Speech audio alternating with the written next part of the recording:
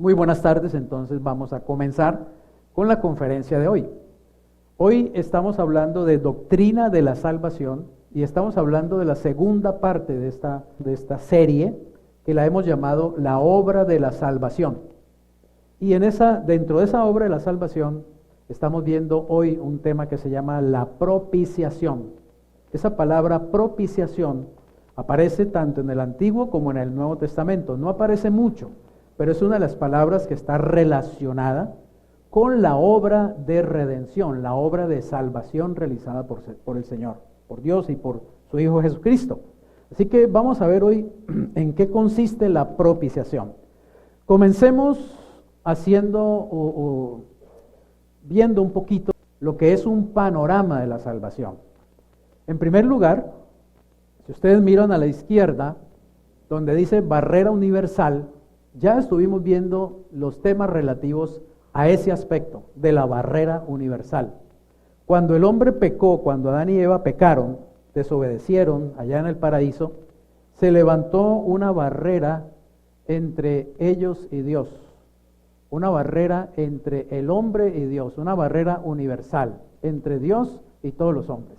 Y esa barrera hemos visto que tiene por lo menos 4 aspectos básicos: el carácter santo de Dios, la naturaleza de pecado, la esclavitud satánica y la muerte espiritual y como consecuencia la muerte física y la muerte eterna.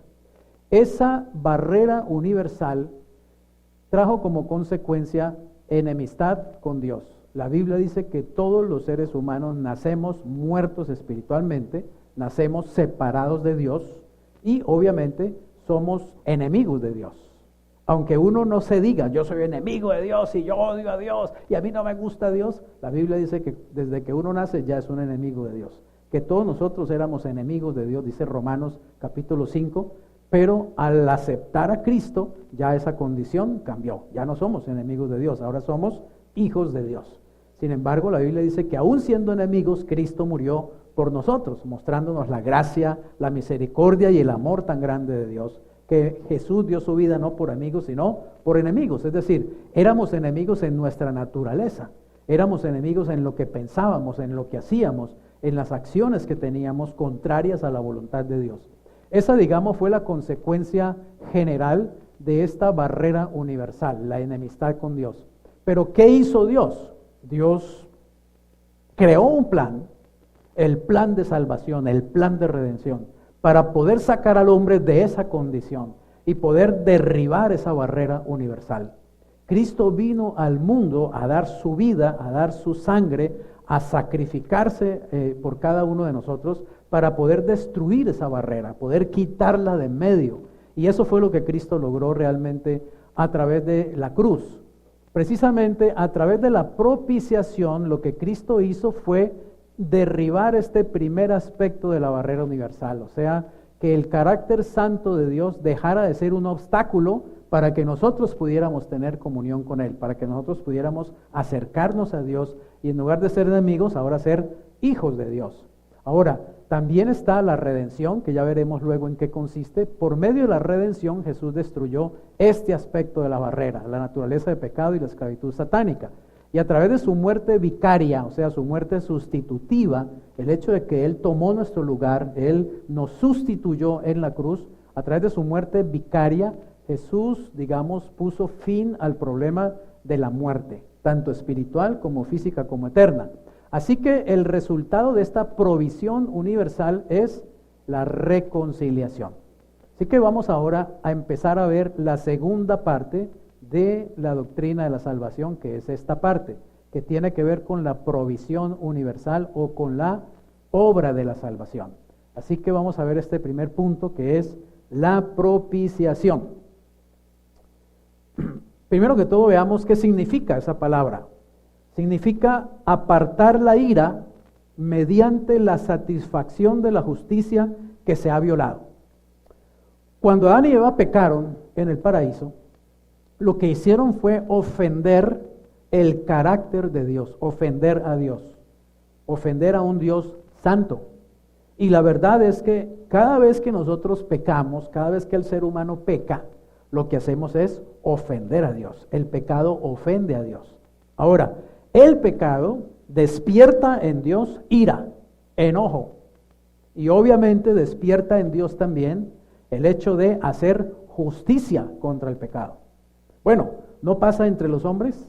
¿Qué pasa con un ladrón cuando se le toma preso, cuando se le agarra en el acto? ¿Qué hace la ley humana con un ladrón? Le aplica la justicia, ¿cierto? Uno oye a menudo de allí en el noticiero, a veces uno oye, ¿cierto? Que la gente dice, y yo quiero que le apliquen todo el peso de la ley, ¿cierto? Que le caiga todo el peso de la ley. Queremos justicia, dice la gente a menudo, cuando hay un violador de niños, cuando hay alguien que mata a otro, cuando hay alguien que estafa a una persona y le roba su dinero. La persona dice, yo quiero justicia, que me hagan justicia. Bueno, ¿y usted qué piensa que espera Dios cuando el hombre lo desobedece? Cuando el hombre se pasa por encima de sus leyes, sus normas. Cuando el hombre simplemente no toma en cuenta a Dios y hace todo lo contrario a lo que Dios nos pide. ¿Qué cree que Dios pide también? Dios también pide justicia inmediatamente. Él es un juez justo. Así que ante el pecado del hombre, que constituyó una ofensa al carácter santo de Dios, obviamente inmediatamente la justicia de Dios pide un castigo. Por eso la paga del pecado es muerte. Es muerte. Así que Dios entonces, oiga bien, Dios tiene que ser propiciado, es decir, Dios tiene que recibir una satisfacción a cambio de la desobediencia y el pecado. Le pongo un ejemplo. Si yo, por ejemplo, le robo a Wilson la Biblia, él la deja por ahí tirada y yo sé que es de él y me hago el loco y yo le cojo la Biblia y me la llevo para mi casa. Y llego allá, me encontré una Biblia, ¿cierto? Me la encontré. Y la Biblia dice Wilson y todo, pero yo me hago el loco. Pero resulta que Wilson se da cuenta porque Carolina me vio coger la Biblia y dice, Freddy cogió la Biblia, Freddy tiene tu Biblia. Entonces Wilson me llama y me dice, Freddy, usted tiene mi Biblia. ¿Cómo así que devuélvame, por favor, ¿cierto? ¿Qué tengo yo que hacer? Devolverla, ¿cierto? Es decir, yo tengo que darle a él, ¿qué? Una satisfacción. ¿Cuál es la satisfacción? Devolverle lo que es suyo. Tengo que devolvérselo. Cuando el hombre pecó en el paraíso, la pregunta es, ¿qué satisfacción podrían darle Adán y Eva a Dios por su pecado? ¿Qué podríamos hacer nosotros para que Dios quede satisfecho después de que hemos pecado? Cuando yo le devuelvo la Biblia a Wilson, yo tengo que decirle, Wilson, hombre, perdóname, ¿sí? Perdóname, qué pena, yo me la quería quedar, porque además la tiene ya toda subrayada, entonces no la tengo que subrayar yo, ¿cierto? Entonces, pero hombre, sí, qué pena, que yo reconozco que hice mal, ¿cierto? Entonces yo le pido perdón a Wilson. Es decir, le estoy dando una satisfacción. Es más, podría hasta decirle, mira, inclusive yo te voy a comprar una nueva. Estoy tan apenado, ¿cierto? Estoy tan avergonzado que voy a comprarte una Biblia nueva y te la voy a dar. Eso sería también una satisfacción. Entonces, ya después de eso, ¿qué pasaría con Wilson? Él queda tranquilo. ¿Por qué? Porque le devolví su Biblia y además le pedí perdón. Pero pregunta, ¿qué podemos darle usted y yo a Dios por nuestros pecados? Arrepentirnos. Y usted cree que con eso ya Dios quedó pues listo. Y pedirle perdón por todos los pecados. ¿Y usted cree que eso es suficiente? Que Dios realmente que, bueno, sí, ya, listo, ya, yo me quedo tranquilo. Sinceramente no alcanzaría. Ni nuestro arrepentimiento realmente podría satisfacer a Dios. ¿Saben por qué? Porque el pecado ofende su justicia y ofende su santidad. ¿Cómo podemos reparar la santidad de Dios cuando la ofendemos? ¿Cómo podemos reparar la justicia de Dios cuando la hemos quebrantado? Obviamente, Dios ahora acepta nuestro arrepentimiento y acepta nuestro pedido de perdón. ¿Por qué? Por Jesucristo, pero por nosotros no sería posible. ¿Me hago entender?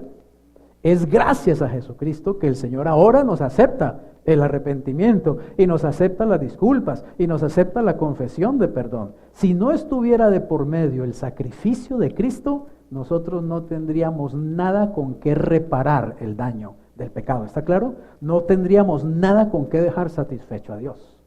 Por eso se llama propiciación, porque la obra de Cristo propicia a Dios, es decir, satisface a Dios. Por eso cuando Cristo estuvo en el Jordán, hubo una voz que vino del cielo. ¿Recuerdan? Cuando Él fue bautizado, vino una voz del cielo que dijo, este es mi Hijo amado en quien tengo mi complacencia. Es decir, ese es el que me propicia. ¿Está claro? Ese es el que me produce a mí la satisfacción que he estado esperando en el hombre, pero no la he encontrado en ningún ser humano. Ese es mi Hijo amado. En ese sí encuentro mi satisfacción, mi propiciación. Porque recuerde, significa satisfacción de la justicia que se ha violado. O sea que, oigan bien, Cristo tuvo que venir a hacer por nosotros lo que nosotros no podemos hacer y jamás podríamos hacer. Lo mejor de nuestra justicia, lo mejor de nuestras obras no alcanza. Nos quedamos demasiado cortos para reparar a Dios. Tuvo que venir otro que se llama Jesucristo, el Hijo de Dios, para hacer realmente, para vivir una vida justa. Miren, ¿sabe cómo quedaría Dios satisfecho con cualquiera de nosotros, realmente satisfecho? Que viviéramos una vida sin pecado. ¿Qué le parece? ¿Podemos hacerlo? ¿Podemos vivir un año sin pecar? ¿Un día sin pecar? La única forma de satisfacer a Dios sería que viviéramos una vida sin pecado. Por eso ningún ser humano puede satisfacer a Dios. ¿Entendemos eso? Solo hay uno que lo satisfizo, que llenó lo que Él exige, lo que Él pide, lo que Él espera. Solo Jesús, viviendo una vida perfecta y sin pecado, propició a Dios. Él es la propiciación que Dios esperaba. Así que noten una cosa, la propiciación es apaciguar y hacer favorable, conciliar y reconciliar. Así que la propiciación es lo que tumba esta barrera que se llamaba el carácter santo de Dios. ¿Recuerdan que ahí decía el carácter santo de Dios? Pues Cristo con su vida, Cristo con su conducta, Cristo con su comportamiento, Cristo con sus pensamientos, Cristo con sus palabras y finalmente Cristo con su sacrificio es el que pudo propiciar el carácter santo de Dios que estaba ofendido. Y es el que pudo cumplir la medida de justicia que Dios estaba esperando para él poder estar tranquilo. Entonces lo que sucede es lo siguiente. Les doy, digamos, un ejemplo. No es que pase así, pero es un ejemplo. Supónganse que yo llego al cielo, llega Freddy Rojas al cielo, y yo me presento allá ante el Padre sentado en su trono. Y entonces yo le digo al Padre, Dios, aquí estoy, ¿cierto? Aquí estoy para que usted, digamos, me permita la entrada al cielo. Yo quiero estar aquí con usted, yo quiero estar aquí en su reino. Yo he sido una buena persona en términos generales. Usted puede preguntar por mí. Si quiere puede preguntarle allá en la tierra a varias personas. O usted no sabe quién soy yo. Y Dios me diría, bueno, mira, para estar aquí en el cielo, ¿sí? Para estar aquí en el cielo, tendrías que ser un hombre que nunca ha mentido. Y me preguntaría, ¿has mentido? Y yo diría, bueno, sí, claro, yo he mentido, claro. Sí, mentiritas allí, pues a veces mentiras sanas, mentiras piadosas. ¿Has mentido? Sí, entonces eres un mentiroso. Pues sí, ¿no? Sí, está bien. Luego el Señor me diría, para poder estar aquí en el cielo, tendrías que tener pensamientos puros, realmente ser puro en tu manera de pensar. ¿Alguna vez pensaste en una mujer por ahí desnuda, semidesnuda y toda la cosa? ¿Hiciste fantasías? Y yo, oiga, ¿y usted cómo supo? ¿Cómo supo eso? ¿Qué dices frente a eso? No, claro, yo sí me imaginé mujeres desnudas. ¿Te imaginaste actos sexuales con unas mujeres? Sí, claro, yo lo hice, más de una vez. Inclusive siendo una mujer casada, sí, también. Me acuerdo de la vecina casada y me gustaba mucho. Y yo en mi mente ahí, y yo decía, y yo no hago nada malo. Y yo soy tan bueno. Y yo soy tan correcto. Y yo soy un hombre tan moral. Entonces el Señor me decía, ¿sabes cómo se llama eso? Fornicación y adulterio. Entonces eres un fornicario y eres un adúltero. ¿Estás de acuerdo? Bueno, pues mirándolo de esa forma, ya que usted lo pone así, pues sí, soy un fornicario, soy un adúltero. Y el Señor me diría, ¿has matado a alguien? Ah, no, eso sí no. Eso sí no. Si quiere, pregunte. Si quiere, llame ya por celular allá a varios de la iglesia. ¿La que? Yo no he matado a nadie. Entonces el Señor me diría, ¿no pensaste alguna vez en matar a alguien? Sí. ¿Te imaginaste matándolo? Uy, sí, muchas veces, aún de no cristiano. Yo hice eso. Me imaginé matando gente. Uy, que esta gracia, me provoca es matarlo. ¿Sí o no? Entonces el Señor me diría, pues ¿sabes una cosa? Eres un asesino, eres un homicida. Pues ya que usted lo dice, sí lo soy, ¿entiendes eso? Porque es que con Dios no es solamente el hecho de lo que uno hace, ¿está claro? O de lo que uno lo han visto hacer, o de que uno por ahí escondido ha hecho cosas y allá cuando lo ven, ¿sí? ¿Y qué? Dios lo ha visto uno todo el tiempo, y Dios ve los pensamientos, y ve las emociones, y ve el enojo, y ve la amargura, y ve la envidia, y ve todo. ¿Me hago entender? Entonces, ¿saben qué pasaría? Que Dios me diría, entonces, ¿tú crees que te puedo recibir aquí en el cielo o te debo mandar para el infierno? ¿Qué diría yo? Señor, definitivamente, aquí al cielo no puedo entrar. Así que ahí me pongo para que me dé la patadita y ¡pum! Para el infierno de una vez me mande. ¿Qué voy a hacer? ¿A qué más me queda? Pero aparece en ese momento Jesucristo. ¿Está claro? Y dice, Padre, sí, Freddy es un mentiroso, Freddy es un asesino, es un adúltero, es un fornicario y se merece ir al infierno. Pero Padre, yo tomo todos sus pecados y ponlos a mi cuenta. ¿Entiendes eso? Ahora sus pecados son míos. Yo morí por él, Padre, y él ha creído en mí. Él ha confiado en mí para que lo salve. Así que, Padre, yo te pido que tú lo perdones, que mi sangre lo limpie y que tú lo recibas como hijo, que anotes su nombre y que él pueda entrar al reino. ¿Entiendes eso? ¿Está claro? Entonces, ¿quién entra al cielo por sus propios méritos? Nadie. Pero ¿quién puede entrar al cielo por los méritos de Jesucristo? Cualquiera. Cualquiera que se arrepienta, cualquiera que crea, cualquiera que lo haya recibido, cualquiera que haya nacido de nuevo, cualquiera que haya confiado en Jesús para su salvación. ¿Entiendes que ser cristiano no es una persona que confía en sí mismo, en sus propios logros y obras, a ver si me dejan entrar al cielo? El cristiano es una persona que confía en Cristo para que lo salve. Sabe que es Cristo el que ha hecho los méritos, sabe que es Cristo el que ha producido la propiciación, es decir, la satisfacción a Dios. Dios me deja entrar a mí al cielo porque Cristo lo satisface, no yo. ¿Entendemos eso? Y como yo creo en Jesús, pues entro ahí, pegadito de Jesús, porque Cristo satisfizo al Padre, pero lo satisfizo, oiga bien, en mi lugar, como si fuera yo. Entonces, al creer en Jesucristo, Dios me declara justo. Como si no hubiera asesinado, como si no hubiera robado, como si no hubiera fornicado, como si no hubiera adulterado, como si no hubiera cometido ni un solo pecado, porque la sangre de Cristo los borró todos. No hay manera de ir al infierno cuando uno ha sido salvado. No hay manera de ir al infierno cuando uno ha sido redimido. No hay manera de ir al infierno cuando uno ha sido perdonado, porque no es por mis méritos, es por los méritos del Señor Jesucristo. Amén. Así que Él es el que vino realmente a hacer esa obra, a satisfacer a Dios, porque yo no lo puedo satisfacer. Yo no tengo con qué satisfacer a Dios. Me quedo demasiado corto. Ahora, veamos la propiciación en el Antiguo Testamento. En Levítico 6, 1 al 7, mira lo que dice.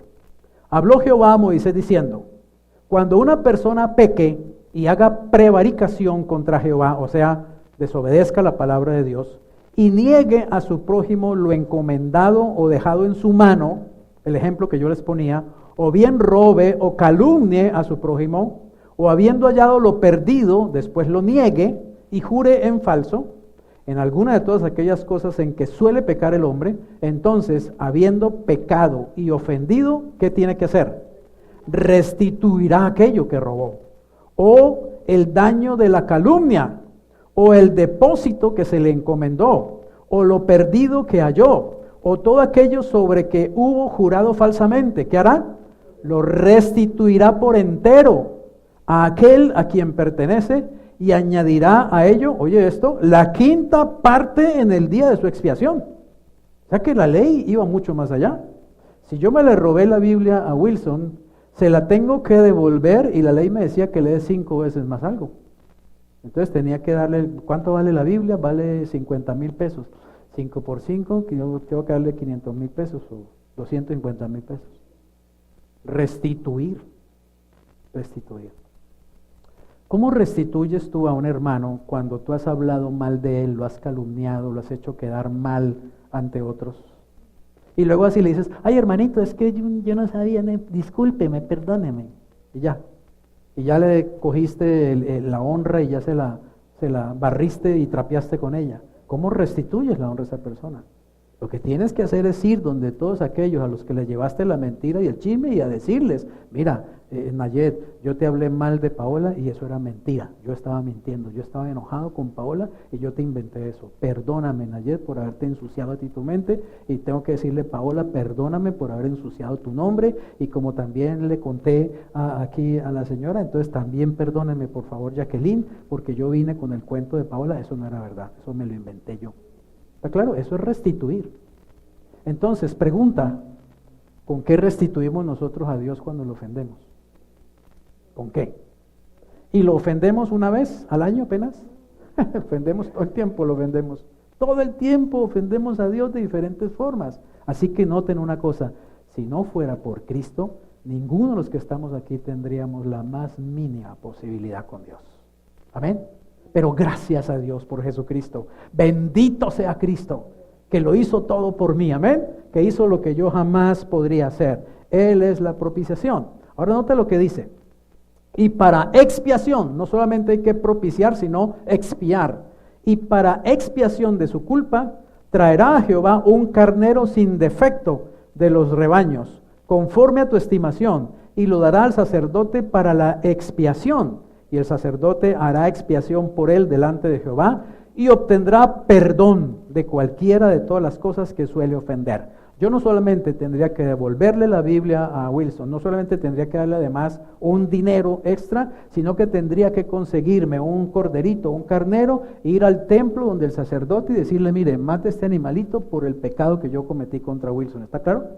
Y solo así, cuando ya hay muerte y hay sangre, yo podría recibir el perdón.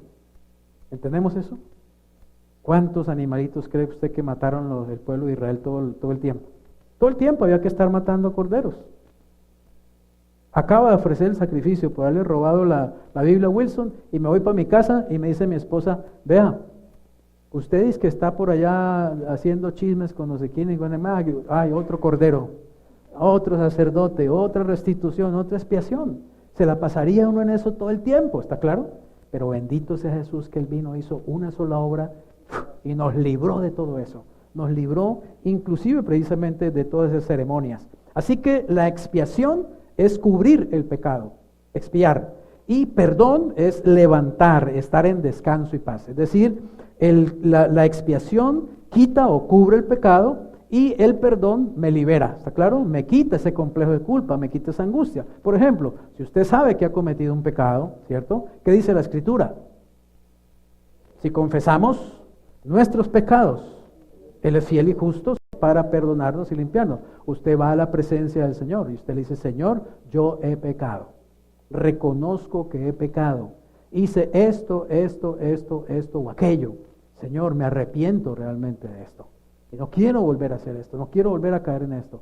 El Señor te limpia, el Señor te perdona, la sangre de Cristo te cubre, te limpia, porque ya fue derramada en el Calvario, y tú te apropias por fe.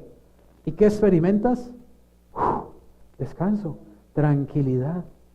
Yo me acuerdo el día que me convertí al Señor, que recibí a Cristo en mi corazón, el 20 de mayo de 1974, en un grupo de oración. Cuando recibí a Cristo en mi corazón, yo recuerdo, me quitaron un armario. Yo sentía que estaba cargando una caja fuerte, ¿cómo se llama? Una camioneta, un camión.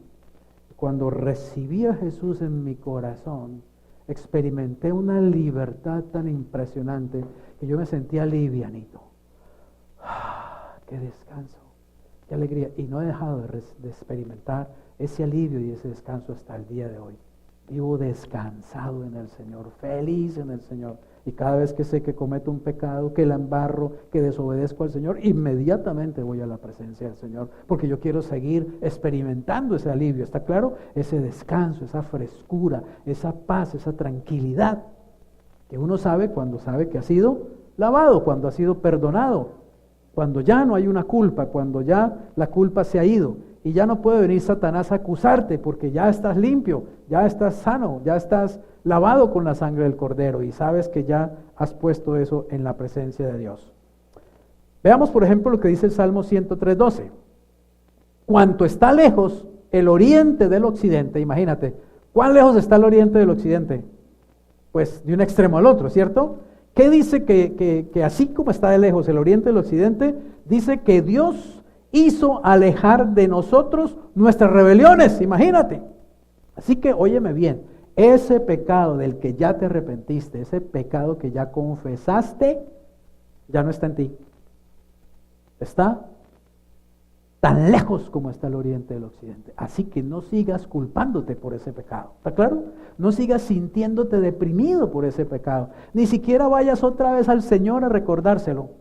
Se lo confesaste a las 3 de la mañana y vuelves a las 5 de la mañana. Ay, Señor, es que me duele tanto, qué pena el pecado. Y vuelves a las 12 del día. Ay, Señor, y el Señor te va a decir, no me moleste más con ese pecado que ya está perdonado y no friegue más.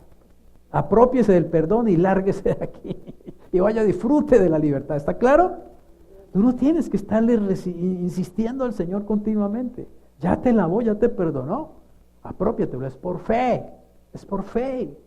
Pero hay cristianos que no se apropian del perdón y viven llenos de culpa y se enferman físicamente y se enferman psicológicamente y viven enfermos espiritualmente porque la culpa los está matando. No han entendido que ya sus pecados realmente fueron lavados y fueron perdonados. El Señor los tiró tan lejos como el oriente del occidente. Ahora mira lo que dice Isaías 38:17, y eso que estamos leyendo el Antiguo Testamento.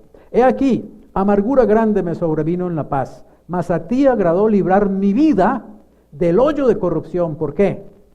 Porque echaste tras tus espaldas, ¿cuántos? Todos mis pecados. ¿Qué vino Cristo a hacer? A coger toda esa inmundicia de Freddy Rojas, toda esa porquería de la que me avergüenzo, ¿cierto? Jesús cogió todo eso y se lo echó a sus espaldas. Es decir, cargó mi pecado, pagó por mi pecado, llevó las consecuencias de mi pecado. Él lo hizo por mí. Entonces, ¿quiere decir que estoy libre o no estoy libre? ¿Puedo sentirme libre o no puedo sentirme libre? Pero el diablo no quiere que te sientas libre y te va a seguir acusando y te va a hacer sintiendo mal y te va a desempolvar esos pecados por ahí de 1850 y te los va a traer otra vez para que te sientas culpable, para que te sientas miserable, para que te sientas que no te puedes acercar a Dios, que Dios te va a matar, que Dios te va a castigar, que Dios no te quiere ni ver. Es mentira, es mentira. Dios te lavó, Dios te perdonó y Él no miente. Y Él está diciendo desde el Antiguo Testamento que Él echó tras sus espaldas todos mis pecados, todos, absolutamente todos. Ahora mira lo que dice también Miqueas 7:19. Él volverá a tener misericordia de nosotros, sepultará nuestras iniquidades y echará, ¿dónde? En lo profundo del mar todos nuestros pecados. Todos fueron echados a lo profundo del mar cuando Cristo nos salvó y nos redimió. Todos fueron echados a lo profundo del mar, están allá en lo profundo del mar. ¿Sabes que el sol no puede penetrar, la luz del sol no penetra sino 100 metros, si mucho 1 kilómetro en el mar? De ahí para adelante es un hueco negro completamente. Y si los pecados están en lo profundo del mar, lo que está diciendo Dios es, están en un lugar donde no se ve nada. Amén. Así que tú no lo sigas viendo. No te sigas haciendo otra vez la película del pecado que cometiste. Y ay. Y tampoco de los pecados que han cometido contra ti. No te hagas esa película. Ay, es que los ojos que me abrió unos ojos así que ya me iba a tragar. Y es que lo que me dijo, ay, es que a mí no se me olvida lo que me dijo. Y es que usted viera cómo me lo dijo. Y es que ña. Tira esa porquería a lo profundo del mar y vive feliz, vive libre. Amén. No dejes que la amargura, el resentimiento, los malos pensamientos dañen tu alma. Mantén tu corazón limpio, librecito, limpiecito. Puedes estar continuamente viviendo en limpieza, en santidad, en libertad, en gozo, en paz, en salud espiritual y salud emocional. Porque Cristo te hizo libre, pero tienes que creerlo. Tienes que creer a la palabra de Dios. No le creas al diablo, no le creas a otros religiosos también que cogen la Biblia y lo que hacen es torcer todo y volver un zambumbe la palabra de Dios. Léela, escúchala, medítala, créela, así como está allí y apropiate. Porque hay liberación de la culpa y de la convicción del pecado cuando uno realmente se apropia por fe. Ahora veamos la propiciación en el Nuevo Testamento. Mira lo que dice 1 Juan 2, 1 al 2. Hijitos míos, estas cosas les escribo ¿para qué? Para que no pequen. ¿Debemos los cristianos andar pecando? ¿Debemos los cristianos amar el pecado? ¿Es chévere el pecado? ¿Es rico el pecado? ¿Nos trae cosas buenas el pecado? No. Nosotros sabemos que no. Así que cualquier cristiano sabe que no debe pecar. Sin embargo, ¿pecamos los cristianos? Claro, porque tenemos una naturaleza de pecado en nuestras vidas. Pero entonces el apóstol Juan nos dice, les escribo para que no pequen. Y si alguno hubiere pecado, sepa que se va a ir al infierno. Sepa que perdió la salvación. Sepa que el pastor ya lo va a echar de la iglesia. No. Dice, si alguno hubiere pecado, abogado tenemos para con el Padre. Y qué tremendo abogado. ¿A quién? A Jesucristo el justo. Oiga bien, ¿y quién es Jesucristo? Él es la propiciación por nuestros pecados. Y no solamente por los nuestros, sino también por los de todo el mundo. ¿Saben qué está diciendo allí? Que Cristo es la satisfacción que Dios recibió por los pecados de todo el mundo. Cristo propició a Dios por el pecado. Ya yo no tengo que propiciar a Dios, porque ya Cristo lo propició por mí. Él me libró aún de eso, de tener que propiciar a Dios. Él me libró, y no solo me libró a mí, que soy creyente, que soy cristiano, que soy pastor. Libró a todas las personas de este mundo, a todos. A los violadores, a los homicidas, a los parricidas, a los matricidas, a los homosexuales, a las prostitutas, a los secuestradores, a los violadores de niños, a los pederastas, a los políticos, a todo el mundo. Ya los perdonó, a todos. Cristo es la propiciación, es la satisfacción a Dios por los pecados, no solamente de nosotros los creyentes, la iglesia, sino los de todo el mundo. Él murió para todos. Él no dijo, bueno, yo estoy aquí en la cruz, pero solo voy a perdonar los pecados de los creyentes, ¿no? Él dijo, yo estoy aquí para perdonar los pecados de toda la humanidad, del mundo entero. Pero ¿saben qué es lo trágico? Que hay millones que no saben eso, que no lo han entendido. Hay millones, peor, no han querido creer eso. Y por eso no disfrutan del perdón, ¿está claro? Por eso no disfrutan de los beneficios de la salvación. Porque no han querido creer, no han querido recibir esa bendición de ser salvos. Ahora muy bien, 1 Juan 4:10 dice, en esto consiste el amor, no en que nosotros hayamos amado a Dios, sino en que Él nos amó a nosotros. ¿Y qué hizo? Envió a su Hijo en propiciación por nuestros pecados. Es decir, envió a su Hijo a que lo satisficiera por mis pecados. Increíble.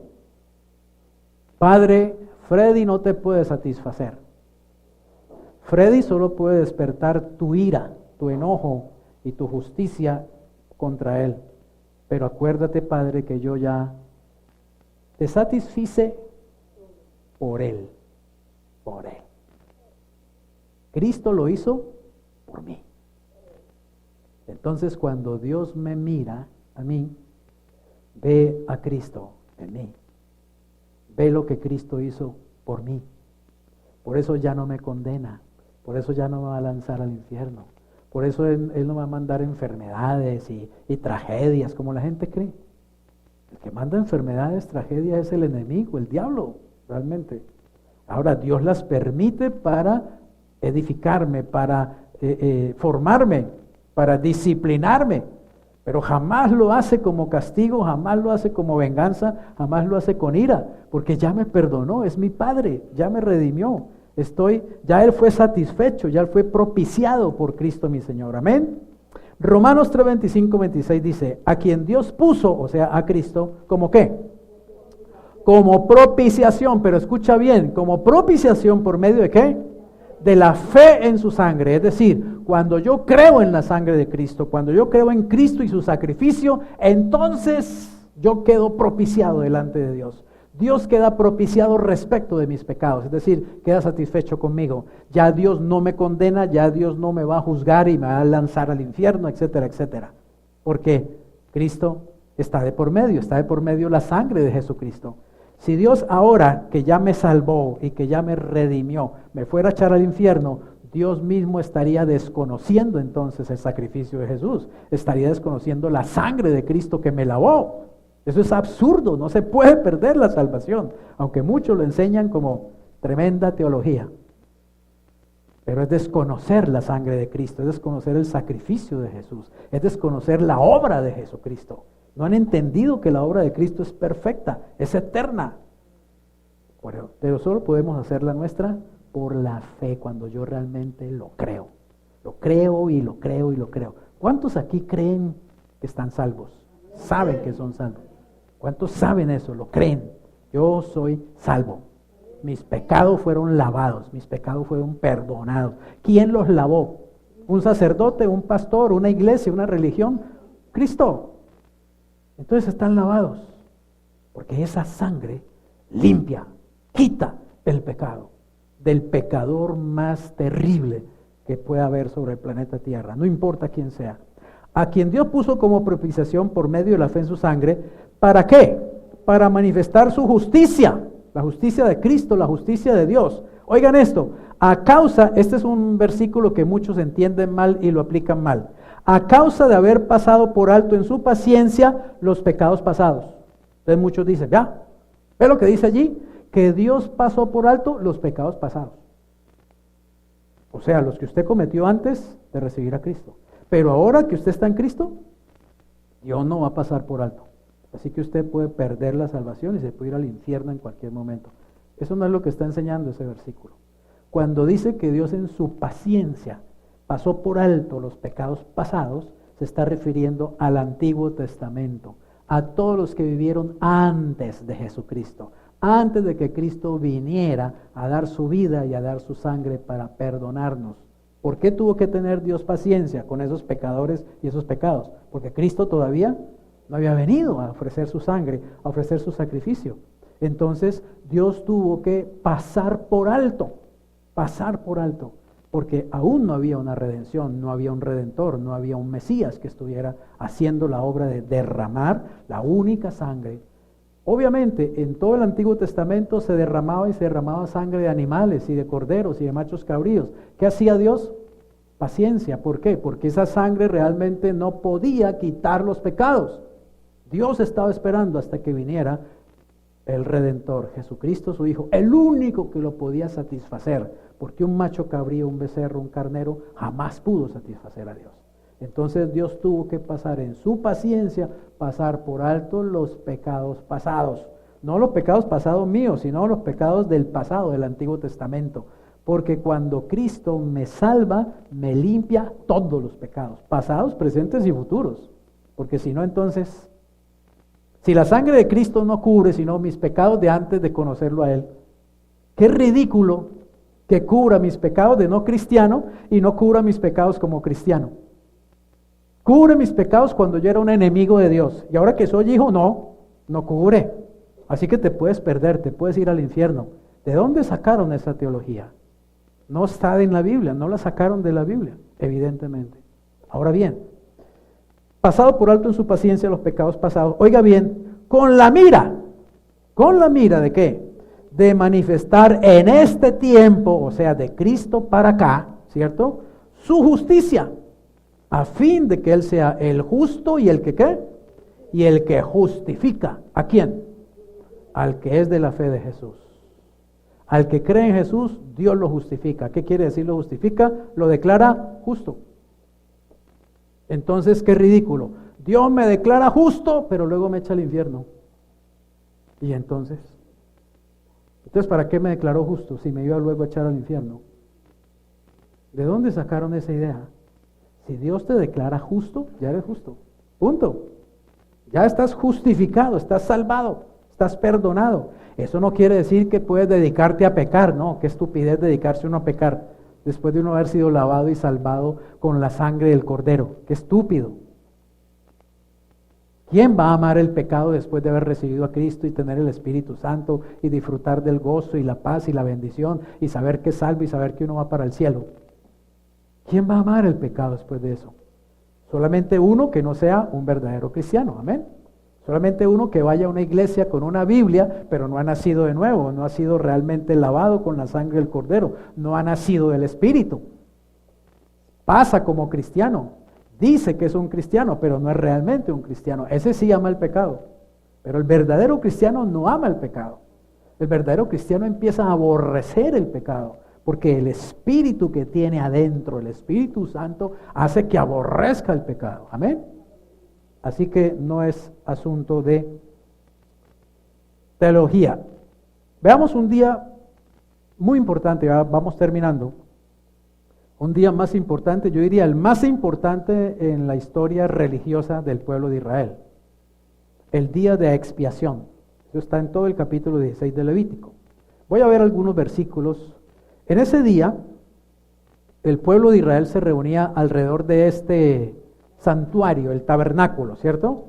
Y el tabernáculo estaba dentro de un atrio. Esto es lo que se llama el atrio, todo esto, el atrio.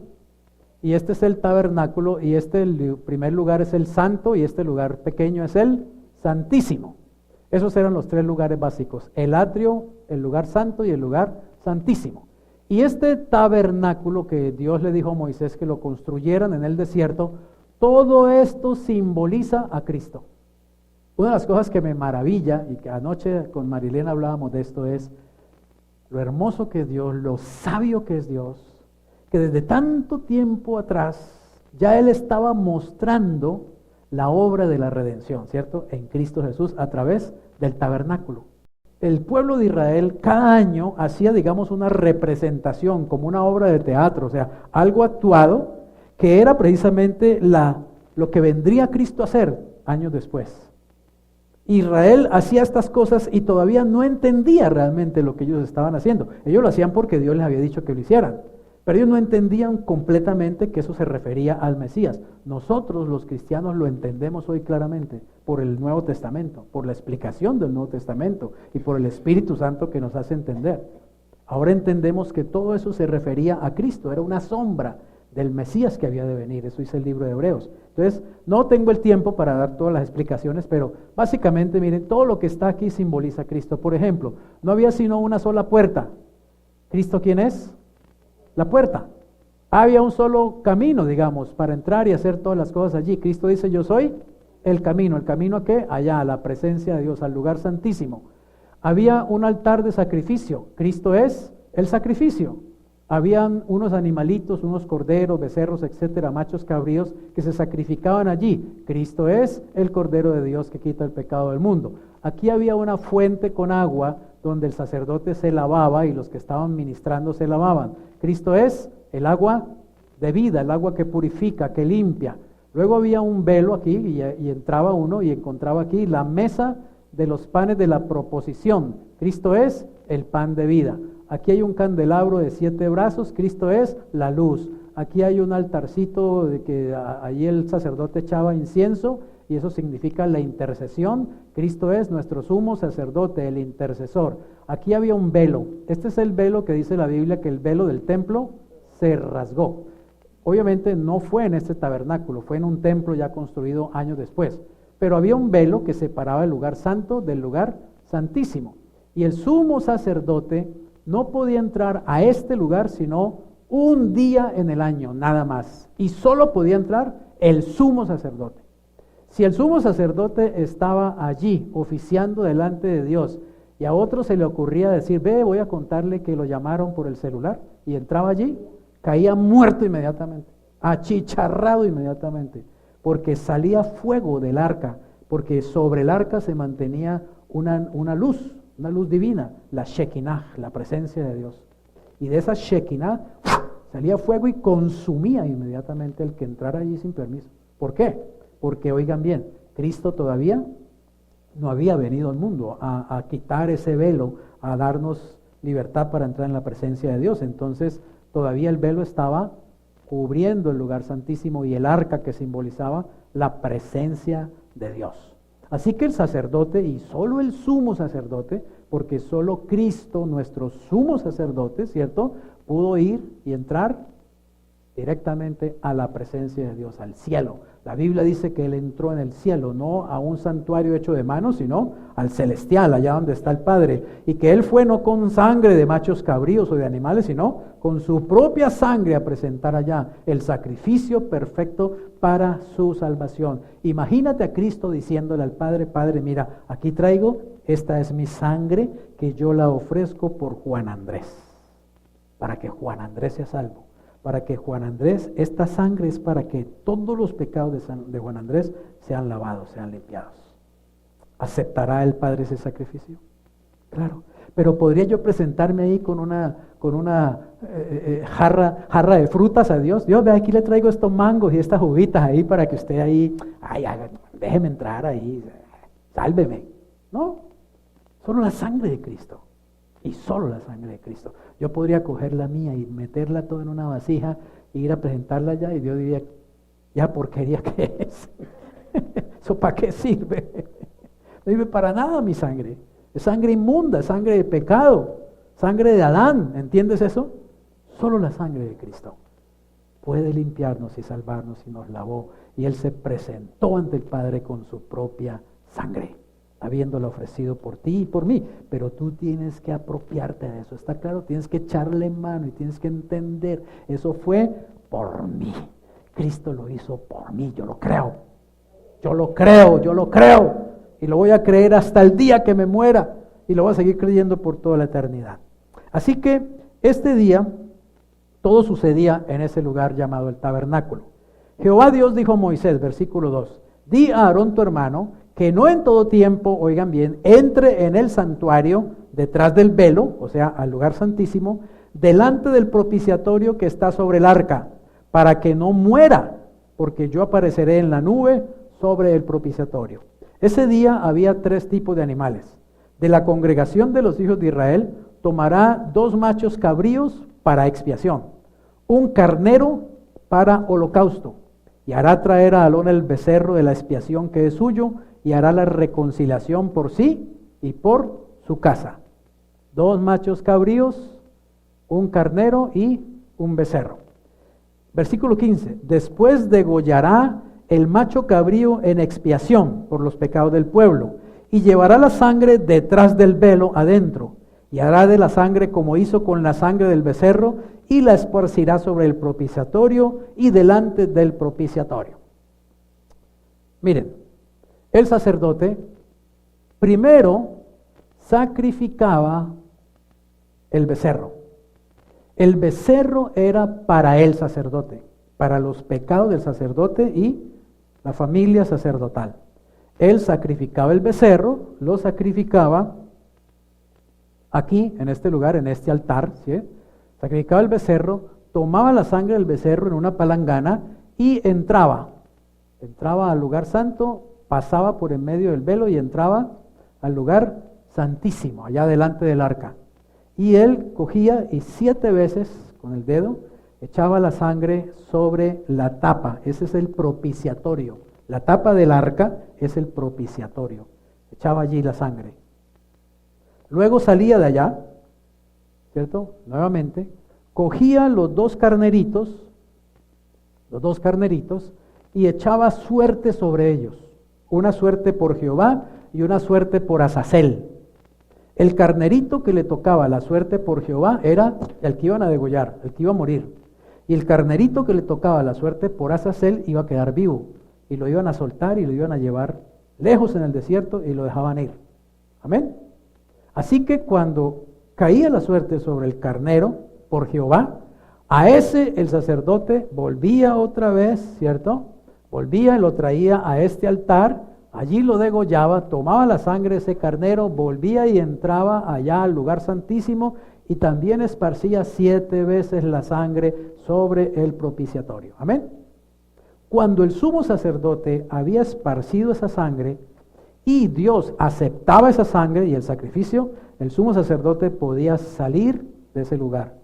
Si el sacerdote llevaba sangre de un animal que tuviera defecto, resulta que tenía garrapatas el carnero, o resulta que tenía una herida, o resulta que el becerro estaba viejo, el sacerdote al presentar la sangre salía fuego de la Shekinah, lo achicharraba y se moría ahí mismo, porque Dios no había aceptado el sacrificio.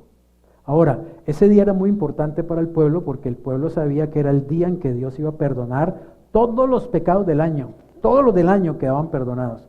Pero si Dios no aceptaba el sacrificio, quedaban ellos sin expiación, sin propiciación, sin perdón de sus pecados. Así que ese día el sacerdote tenía unas argollas aquí en su vestido y tenía unos lazos que eran tan largos que había hombres acá afuera sosteniendo esos lazos. En este lugar, ese día, solo podía estar el sumo sacerdote, nadie más. Eso significa que Cristo es el único que logró la redención. Amén. Que Cristo es el único que ofició como nuestro sumo sacerdote, que no hay otro mediador entre Dios y los hombres aparte de Jesucristo y la obra que Él hizo para nuestra redención. Entonces estos hombres iban soltando cuerda cuando el sacerdote comenzaba a entrar, hasta que llegaba allá. Ellos tenían las cuerdas. Si el sacerdote caía muerto, con esas cuerdas podían alarlo y sacarlo, porque el que entrara a sacarlo, ¡pum!, tan pronto pasara nomás esta puerta, caía muerto. Así que nadie podía ese día ni siquiera acercarse allí, porque iban a morir, porque la presencia de Dios estaba allí, completamente. ¿Por qué? Porque Dios no acepta el pecado. Ningún hombre puede entrar en su pecado, en la presencia de Dios, y salir vivo. Pero gracias a Dios que vino Jesucristo, hizo una obra, oiga bien, que ahora nos permite entrar a la presencia del Padre todos los días, a cualquier hora, 5 de la mañana, 2 de la mañana, 3 de la tarde. Aún podemos sentarnos en sus piernas si queremos y comenzar a hablar con el Padre, porque es mi papá, me ama, tengo esa confianza con Él, puedo abrazarlo, puedo darle piquitos, papito lindo, te quiero, te amo. Vengo a contarte que estoy triste, o vengo a contarte que estoy alegre, vengo a contarte que la embarré, Señor, vengo a contarte que necesito esto, que necesito aquello, vengo a pedirte por esta persona, por este otro, etcétera, etcétera. Es mi papá, puedo entrar a su presencia. ¿Sabes una cosa? Ya no existe velo, ya no hay velo, quedó abierto. La Biblia dice que el velo era también el cuerpo de Jesucristo, porque Dios estaba escondido detrás de un velo, es decir, Dios vino escondido detrás de un cuerpo humano, y ese velo de Cristo fue roto en la cruz, fue partido en la cruz, por eso el velo del templo se rasgó, significando que al morir Cristo en la cruz dejó el camino abierto. Ahora el sumo sacerdote, solo el sumo sacerdote podía entrar al lugar santísimo. Y una vez al año, ahora tú que no eres sumo sacerdote, que eres un hijo de Dios, puedes entrar todos los 365 días del año a la presencia de Dios. Gracias a la sangre de Jesucristo el Señor, amén. Así que alégrate por eso, gózate. Y ¿sabes qué? Aprovecha y entra, no salgas por la mañana simplemente a correrle a este mundo, a correrle a tu jefe, a correrle a esto y a correrle a lo otro. Primero por la mañana entra en la presencia de tu Padre, preséntate primero delante de Él, pasa un rato con Él, adóralo, exáltalo, bendícelo, cántale, háblale, adóralo, dile cuánto lo amas, lee su palabra y después sí sal a este mundo a encontrarte con todo lo demás. No desconozcas esa realidad. Cristo abrió ese camino para ti, lo puedes hacer. A mí me encanta entrar a la 1, 2, 3, 4 de la mañana. Entrar a la presencia de mi Padre, ahí en mi cuarto, y entro a su presencia, 3 de la mañana. Qué rico estar con Dios, qué rico estar con mi papá, qué rico adorarlo, qué rico bendecirlo, qué rico exaltarlo a Él. Qué hermosa es su palabra, cómo sabe de dulce esa palabra, la palabra de Dios. Qué rico es estar con el Espíritu Santo, hablar con Él, oír su voz, cantar junto con el Espíritu Santo.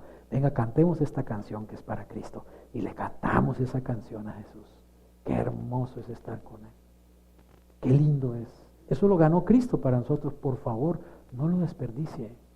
No se levante ahí con la angustia.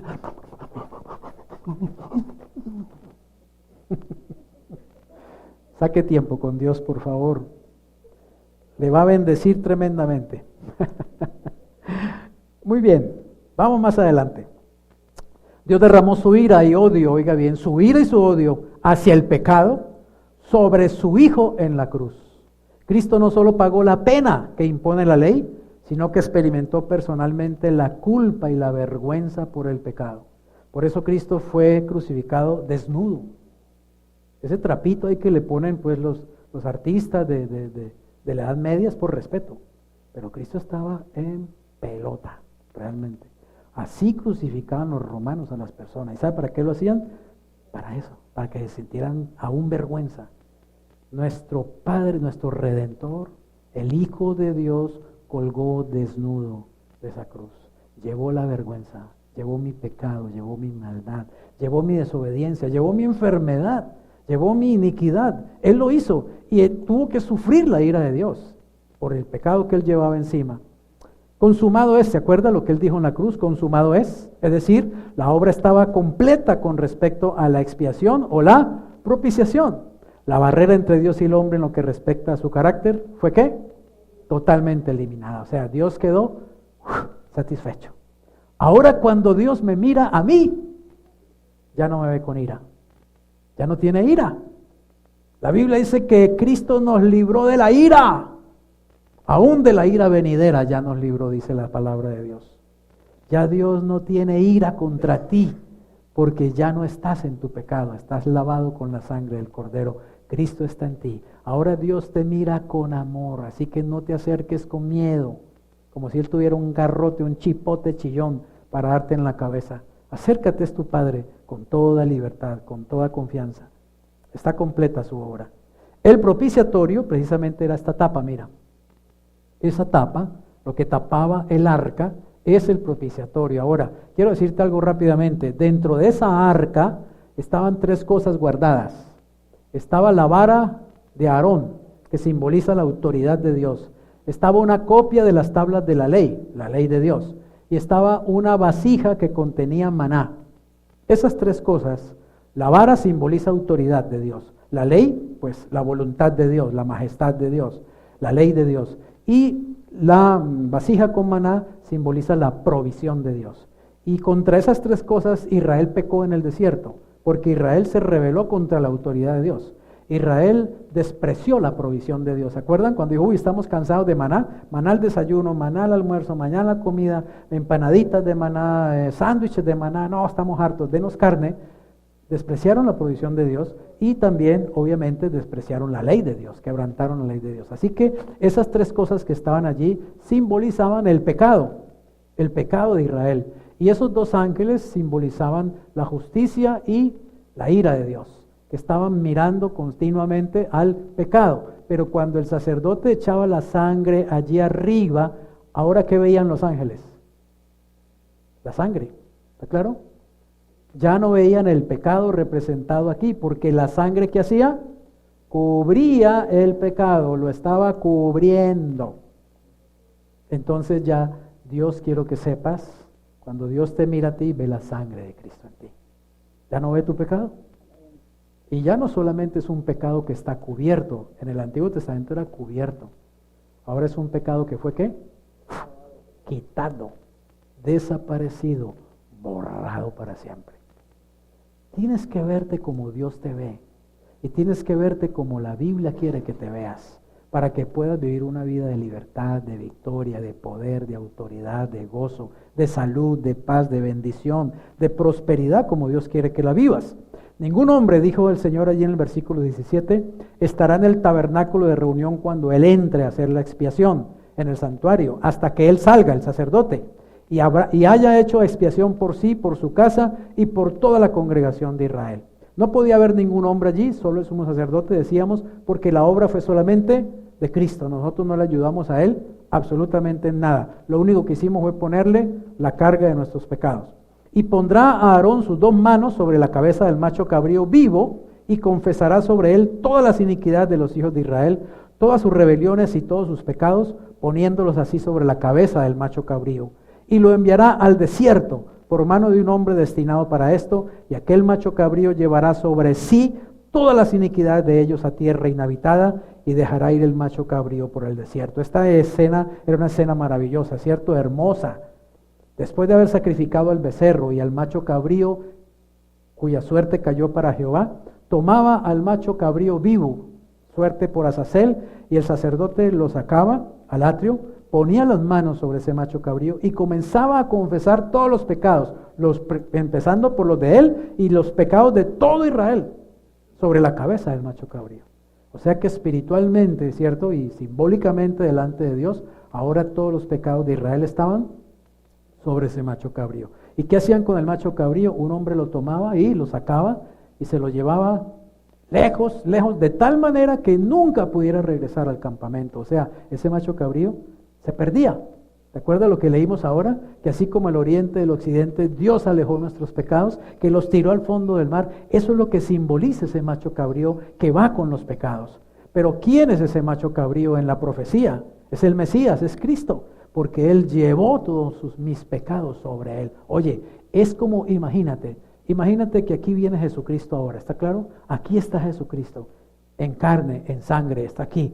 Y Jesús se arrodilla y todos nosotros ponemos nuestras manos sobre Él y empezamos a decir, yo soy fornicario, yo soy adúltero, yo soy mentiroso, yo maté a mi mamá, yo me robé un niño, yo robaba en el supermercado, yo hice esto, yo hice lo, todos nosotros. Y empezáramos a ponerle toda esa porquería encima a Jesús. ¿Te imaginas eso? Y Jesús se levanta de allí y va a la cruz y muere. Y sepulta nuestros pecados. Nuestros pecados quedaron en Cristo Jesús, en la cruz, y fueron sepultados como arrojados al fondo del mar. Ya no existen, jamás existen realmente, ya no están. Lo único que tenemos es un recuerdo o los que estamos cometiendo ahora, pero esos ya fueron puestos también en Cristo Jesús realmente. Así que en verdad somos libres, pero libres no para vivir pecando, libres para vivir en santidad, libres para no pecar, para no querer pecar, amén. ¿Quién quiere pecar después de conocer la verdad? ¿Quién quiere pecar después de tener revelación del Espíritu Santo? Nadie. Tiene que estar loco o tiene que ser un crispeto, no un cristiano verdadero. Ahora bien, hay 2 clases de expiación y con esto terminamos. 2 clases de expiación entonces. Ya lo hemos ilustrado, ¿cierto? La personal o la vicaria. Yo le preguntaría, ¿con cuál se quiere usted presentar delante de Dios? ¿Con la expiación personal o la expiación de Cristo? De hecho, ¿cierto? Pero créame, hay gente todavía en este mundo que cree que ellos se van a poder presentar delante de Dios allá y decirle, vea Dios, usted sabe que yo era muy bueno, ¿no? Yo era una buena persona. No han entendido nada, absolutamente nada. Aún gente religiosa que cree que por su religión se va a poder presentar allá a Dios, como creen que su religión es la única que salva, es la única verdadera. Entonces yo me hago testigo de Jehová y no, mejor dicho ya, salvado para siempre. O me hago pentecostal y ya estoy salvado para siempre. O me hago cuadrangular, o me hago bautista, o me hago católico, o me hago qué sé yo, presbiteriano, ya estoy salvado. Andate creyendo eso. La religión no salva a nadie, absolutamente a nadie.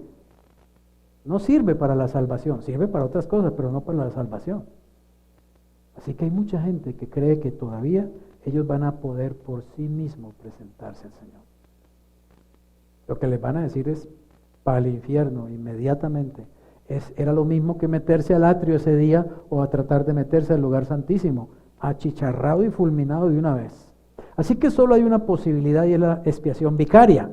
Romanos 8:32, el que no escatimó ni a su propio Hijo, sino que lo entregó por todos nosotros, ¿cómo no nos dará también con él, qué? Todas las cosas. Añade, y nunca más me acordaré de sus pecados y transgresiones, pues donde hay remisión, o sea, perdón, liberación, limpieza de estos, no hay más ofrenda por el pecado. Es decir, no hay necesidad de hacer más ofrenda, ¿está claro?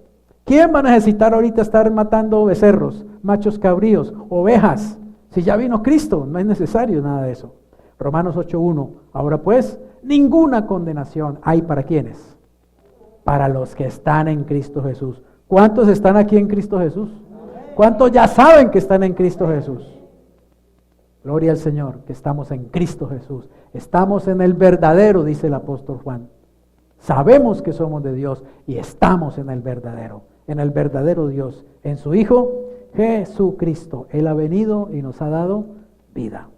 Conclusión, no existe velo hoy en día gracias a la propiciación lograda por Cristo. Podemos acercarnos con libertad a la presencia de Dios. Amén. Acerquémonos en este momento a la presencia de Dios. Señor, sabemos que estamos en tu presencia en este momento. Tú has escuchado, Señor, lo que hemos dicho aquí. Hemos leído tu palabra. Hemos expresado tu palabra, Señor. Hemos confesado tu palabra, Padre. Y todos los que estamos aquí, Señor, confesamos que creemos en Cristo como nuestro Redentor, como nuestro Salvador. Creemos en Jesucristo, Padre, como el que te propicia y nos propicia también a nosotros delante de ti. Señor, ninguno de los que estamos aquí venimos a presentarnos a ti confiados en nuestra propia justicia, creyendo que hay algo en nosotros o en nuestra religión o en nuestra conducta que tú puedas aceptar. Padre, sabemos que nada de eso nos puede realmente hacer aceptos delante de ti. Sabemos que solo la sangre de Jesucristo, que ha lavado nuestros pecados, Señor, nos puede presentar limpios ante tus ojos. Pero Padre, queremos aprovechar esta obra maravillosa que tú has hecho a través de Jesucristo. Queremos agradecerte por esa obra. Queremos agradecerte por haber enviado a tu precioso Hijo unigénito para salvarnos. Jesús, nunca te podremos pagar el que hayas pasado por algo tan terrible como llevar sobre ti toda nuestra maldad, toda nuestra inmundicia, toda nuestra falsedad, toda nuestra incapacidad, todo nuestro oprobio, todas nuestras ofensas, toda nuestra iniquidad. Gracias, Jesús, que tuviste y llevaste mis pecados sobre tus espaldas.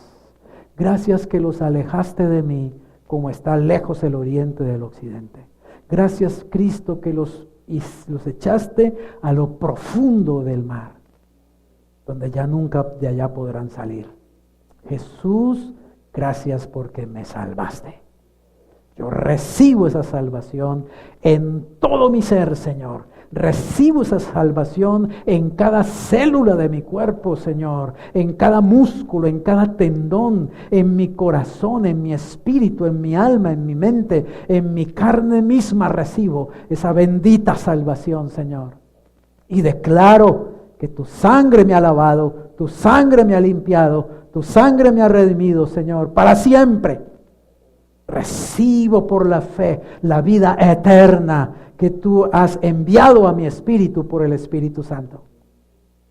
Y quiero, Señor, disfrutar de ti cada día, amarte, servirte, adorarte, obedecerte y hablar de ti, Señor, y hablar de tu bendita palabra cada vez que tenga la oportunidad de hacerlo, Señor. Quiero que muchos conozcan lo que tú ya hiciste, Señor, tu preciosa obra, que la escondiste en ese tabernáculo, Señor, de una manera extraordinaria y maravillosa, pero que la manifestaste plenamente en la vida, en el nacimiento, en la muerte, en la resurrección de tu precioso Hijo Jesucristo. Señor, los que estamos aquí, te decimos esta noche, te amo Jesús, te amo Padre, te amo Espíritu Santo de Dios, te amo. No quiero ofenderte, Señor, en nada. Quiero vivir para ti todos los días de mi vida. Todo lo que tengo, Señor, lo pongo a tus pies, sea espiritual, sea físico, sea material, sea moral, sea mental. Todo lo pongo a tus pies, mi Señor, para ti. Gracias. Gracias por amarme. Gracias por perdonarme. Gracias por tener paciencia, Señor. Gracias por mirarme con ojos de misericordia. Gracias por verme como a tu Hijo, Señor. Gracias por tratarme como a un justo, como a un santo, como a un redimido. Sabiendo yo, Señor, que nada de esto pudiera lograr por mí mismo. Pero gracias, Jesús, que tú lo hiciste y me lo has regalado por gracia. Gracias. Te amo, Señor. Amén. Amén, amén, amén. Bendiciones.